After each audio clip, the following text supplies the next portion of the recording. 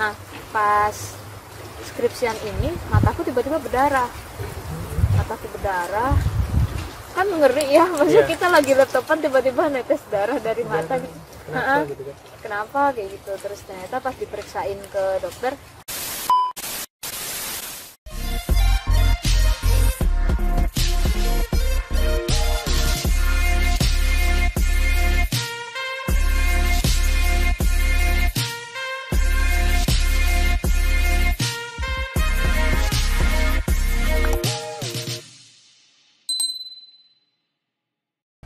Halo teman-teman, di samping saya sudah ada Uca lagi.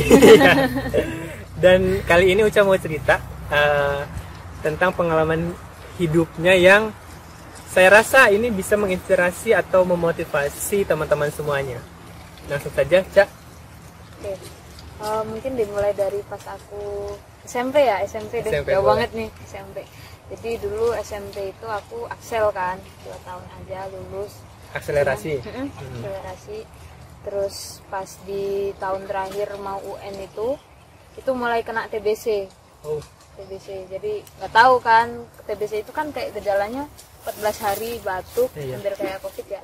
14 hari batuk, terus habis itu sempat batuk berdarah juga. Terus baru tahu, oh kayak gini yang namanya TBC, kayak gitu. Terus akhirnya selama UN itu pengobatan TBC yang 6 bulan itu, cuman pas jalan 4 bulan itu mataku yang sebelah kanan nggak bisa lihat, bener-bener nggak bisa ngelihat gitu. Jadi kalau ngelihat itu setengah doang, oke. sini doang yang bisa lihat. Terus habis itu periksa ke optik kan, karena nggak Iya. tahu optik. Terus dicobain kacamata yang lensanya sekian kok Nggak cocok. nggak cocok semua Iya. gitu, sampai yang plus juga nggak cocok kan. Terus oh ternyata ini sarafnya, coba ke dokter mata atau ke dokter saraf aja kayak gitu. Terus akhirnya ke dokter mata, ternyata udah kena glukoma yang akut. Oh. Langsung kena glukoma yang akut. Cuman kondisi mata waktu itu masih bagus banget, karena mamaku bukan tipikal orang yang suka percaya dokter ya dulu. Oke. Jadi kayak dibawanya, ini dokternya pasti bohong nih, dibawalah ke alternatif. Dibawa ke alternatif, ternyata dari alternatifnya itu bilang kalau ini penyebabnya dari obat TBC, jadi harus dihentikan. Padahal itu kurang 2 bulan lagi selesai kan, karena udah jalan 4 bulan. Terus selang berapa ya, kayaknya selang seminggu, terus akhirnya aku memutuskan untuk oke, putus aja obatnya ini, gak apa-apa, ntar kalau misalkan suruh ngulang lagi yang penting matanya dulu, karena kan waktu itu mau UN ya. Iya. Terus akhirnya ngikutlah ke alternatif itu, putus obat TBC. Ternyata matanya juga nggak sembuh-sembuh, malah tambah parah, karena kan sama dia dipijit, jadi kayak tambah bengkak, Pijitnya merah. tuh di area mata banget. Iya, di area mata. Kayak pakai semacam pena gitu yang panjang-panjang kayak gitu, ditekenin kayak gitu. Hah? Jadi bengkak. Tapi itu dari luar kan? Dari pijitnya? luar. Dari luar. Cuman kan tetap jadi kondisi mata jadi merah. Iya. Merah darah gitu. Terus pusingnya tambah. Iya. Terus habis itu bengkak juga. Bengkaknya itu sampai kayak dia matanya itu agak ke belakang, tapi bengkak sininya di kelopak matanya. Oh ini. iya. Biru. Iya. Mungkin kayak pernah sakit belekan nggak? Belum pernah. Belum Jangan pernah deh. Ya kayak Tapi semacam pernah sakit aku belekan iya merah kena kayak ini gitu. apa namanya? Kelempar batu matanya sampai bengkak pernah. Bengkak merah kayak gitu, rasanya hampir kayak gitu, tapi lebih ya 10 kali lebih sakit lah ya. Oke. Terus akhirnya waktu itu aku mutusin buat udah berhenti dari alternatif ini aja, kayaknya mulai nggak bener nih. Iya. Kayak gitu aku fokus UN. Terus setelah UN itu baru mulai mikir kalau kayaknya harus ke dokter yang Diap, yang di Jogja sini, dokter mata Diap, rumah sakit spesialis mata. Terus cuman karena kendala biaya kan ya, jadi kayak dipertahanin di rumah waktu itu sambil daftar SMA kayak gitu. Cuman kan karena waktu itu ada persyaratan minimal umur gitu, nah di kalau SMA masuk SMA negeri gitu tuh kayak ada persyaratan minimal umur karena tempatku. Terus akhirnya dapetnya yang swasta di Jogja. Oh, jadi belum memenuhi syarat umur ya, karena terlalu muda ya. Umur ya. Oke. Terus habis itu masuklah di sekolah swasta di Jogja, di boarding school. Cuman karena kondisi badan yang waktu itu masih kayak sering pusing, terus kalau pusing itu kebangun gitu ya, mual gitu langsung kayak orang vertigo malah. Oh, yang muter-muter kayak gitu. Terus karena di boarding school kan nggak ada yang ngerawat, jadi aku di rumah dulu waktu itu, nggak ikut mos, nggak ikut semester pertama aku nggak ikut. Satu semester bener-bener cuma ikut ujian doang. Terus pulang lagi semester 2 pas kelas 10 itu masuk cuma 2 minggu, itu buat prepare ujian sama ujian. Terus baru masuk yang agak full itu kelas 11. Nah kelas 11 ini kan waktu itu sempat beberapa kali operasi mata ya, akhirnya dibawa ke YAP, terus beberapa kali operasi mata. Alhamdulillahnya ada BPJS, udah ada BPJS kan tahun itu. Terus pakai BPJS lah, di cover sama BPJS buat operasinya segala macem. Terus mataku yang kanan ini akhirnya aku putuskan untuk diganti sama mata palsu atau biasa dipanggil protesa. Nah, pakai protesa karena waktu itu kondisi mata kayak udah nggak memungkinkan lagi buat dipertahanin. Kalau dipertahanin kan makin parah. Waktu itu dokternya bilang ini kalau lama kelamaan dipertahanin dia akan neken saraf belakang otak. Kayak gitu. Kan tambah parah ya? Jadi tambah parah. Ya udah akhirnya udahlah dok, ambil aja. Gantilah pakai apa gitu yang biar gak sakit lagi. Akhirnya dokternya bilang ada satu cara terakhir buat ngatasin ini, yaitu pakai protesa. Ya sudah, silahkan diambil.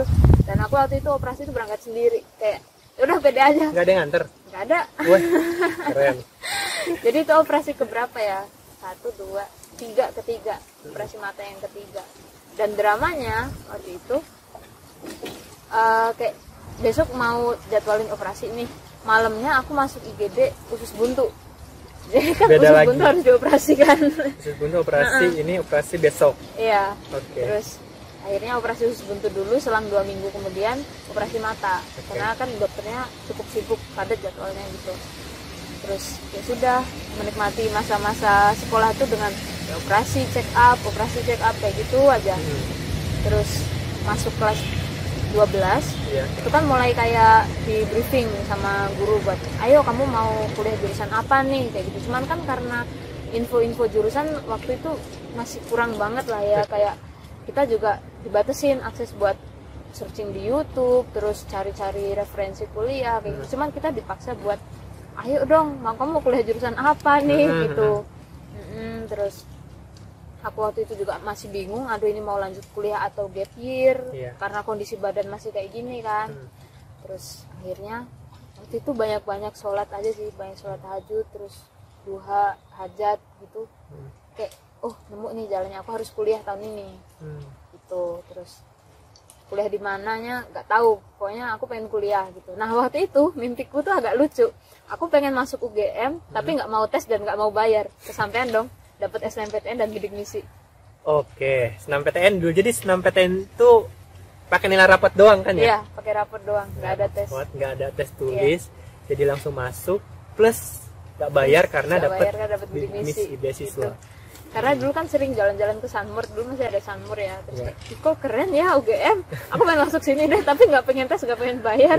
Karena kan dulu kayak ketakutan kami tuh ketika masuk kuliah ya, kayak aduh ntar tesnya gimana ya, susah nggak, terus ntar kalau udah masuk nih keterima bayarnya pakai apa, kayak gitu. Tapi sempat mikir gitu? Sempat mikir kayak gitu, karena dulu rumornya kan masuk UGM nih mahal, bayarnya sampai 20 juta. Ternyata nggak semengerikan itu gitu. Ternyata UKT-nya itu digolongin jadi beberapa golongan. Dan golongan 1 itu cuma 500.000 kalau nggak salah, satu semesternya. Itu masuk yang murah banget buat kuliah ya. Itu kalau bayar sendiri ya? Bayar sendiri, karena bidik misi UKT 0, jadi ya 0 rupiah. Aku tidak bayar apa, bahkan malah dikasih uang saku gitu. Bener. Gitu sih. Terus udah deh masuk UGM, terus di filsafat. Sampai masuk filsafat tuh masih belum selesai sampai di situ juga, ternyata sakitku masih harus check up sampai hari ini masih harus check up mata. Karena kan kondisi mata yang normal aja dia selalu ngeluarin kotoran mata. Iya benar. Apalagi kalau dia yang udah nggak ada istilahnya, ini udah nggak ada katupnya nih, katupnya udah dilepas. Jadi sering banget keluarin kotoran mata itu, harus sering-sering dibersihin sama dokter. Yang biasanya kalau ngebersihin itu kayak pakai suntikan kecil terus disedot gitu. Jadi ini kan kalau dibuka kayak ada telinga juga disedot gitu kan. disedot kayak gitu. Itu harus sering-sering ke dokter tiap bulan sih. Tiap bulannya? Tiap bulannya harus ada. Tuh, terus masuk ke filsafat, aku targetin buat lulus 3,5 tahun, ternyata nggak kekejarnya 3,8. 3,8 tahun. Itu dulu drama juga karena lagi skripsian kan. Protesa itu kan ada masa pakainya sekitar 2-5 tahun aja. Karena kan kalau protesanya nggak berubah gitu-gitu aja, cuman kan kondisi mata di dalamnya pasti berubah kan. Iya betul. Karena daging gitu loh, daging dipasangin benda asing kan. Kayak gitu. Nah, pas skripsian ini mataku tiba-tiba berdarah. Kan ngeri ya, maksudnya kita lagi laptopan tiba-tiba netes darah dari mata gitu. Kenapa gitu kan? Kenapa kayak gitu. Terus ternyata pas diperiksain ke dokter, oh ini waktunya protesnya ganti. Sedangkan untuk ganti protesa itu sekitar 8-9 juta. Itu protesanya aja, belum sama kayak cek dokternya gimana, apakah nanti ada operasi kecil atau enggak kayak gitu. Terus akhirnya aku telepon mamaku, mama ini harus ganti protesa, ini harus cek dokter lagi nih gimana gitu. Aduh aku nggak ada biaya gimana, aku bilang gitu. Nah akhirnya aku searching, oh ternyata ada Kita Bisa nih, ada platform Kita Bisa. Akhirnya aku open donasi di situ. Dalam kurun waktu sekitar 2 hari itu dapat 15 juta. Dapat 15 juta. Dan itu sebenarnya udah nutup kan buat protesanya aja, udah sisa malah. Cuman bikin protesanya itu kan di Jakarta, jadi kayak kita butuh akomodasi, butuh segala macamnya kayak gitu. Terus kata kakak-kakak di Kita Bisanya, coba dinaikin aja karena nanti kan ada kebutuhan di luar itu, kayak entah dari rumah sakitnya atau gimana nya kayak gitu. Ternyata benar setelah nanya di rumah sakitnya, ini nanti kedepannya ada operasi kecil karena dia udah lama kan, masa protesanya itu udah lebih dari 5 tahun gitu. Jadi nanti ada operasi kecil, biayanya sekitar waktu itu 7 juta. Udah bayang lagi kalau bayar sendiri gimana ya gitu. Terus akhirnya dinaikin donasinya jadi 25 juta dan tembus dalam waktu sekitar 1 minggu. 1 minggu ya? 1 minggu aja. Itu kamu sendiri yang mengajukan, menggalang dana sendiri? Iya. Kita bisa daftar sendiri? Dan waktu itu sempat diteleponin dari Kita Bisa, dari RTV kayak gitu kan. Oh ini keren banget. Biasanya orang kayak, aku kan orang biasa ya, bukan influencer kayak gitu kan. Biasanya kalau orang-orang yang biasa itu sampai sebulan kayak gitu baru kumpul sesuai dengan targetnya. Sedangkan aku kayak kebetulan waktu itu kebantu sama Twitter kan.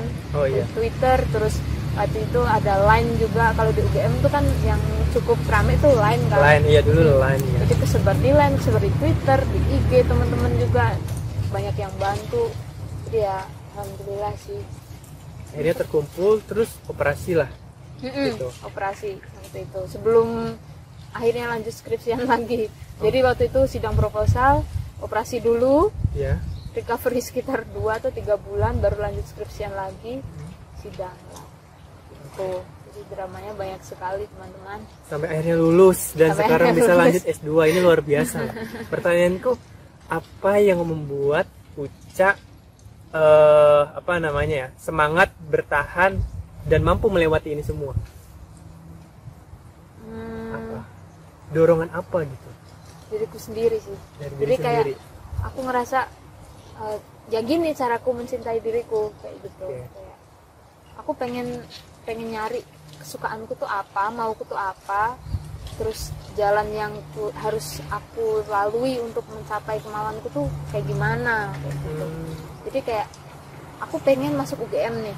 Kalau misalkan aku nggak berusaha atau aku nggak berdoa, nggak mungkin dong kesampaian masuk sana ya. Jadi ayo, oke mungkin kamu belajar sekadarnya lah, tapi doamu harus dikuatin kayak gitu. Nah, itu dia. Usaha dan doa. Usaha dan doa harus seimbang.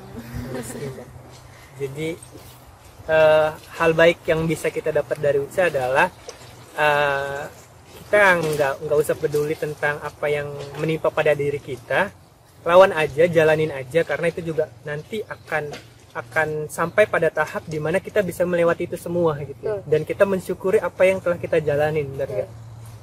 Itu yang menjadi pelajaran buat diri kita. Jadi buat teman-teman kalau misalkan merasa atau mengalami hal yang sama seperti itu, menjalani ketidakenakan dalam hidup gitu, nggak usah ngeluh gitu.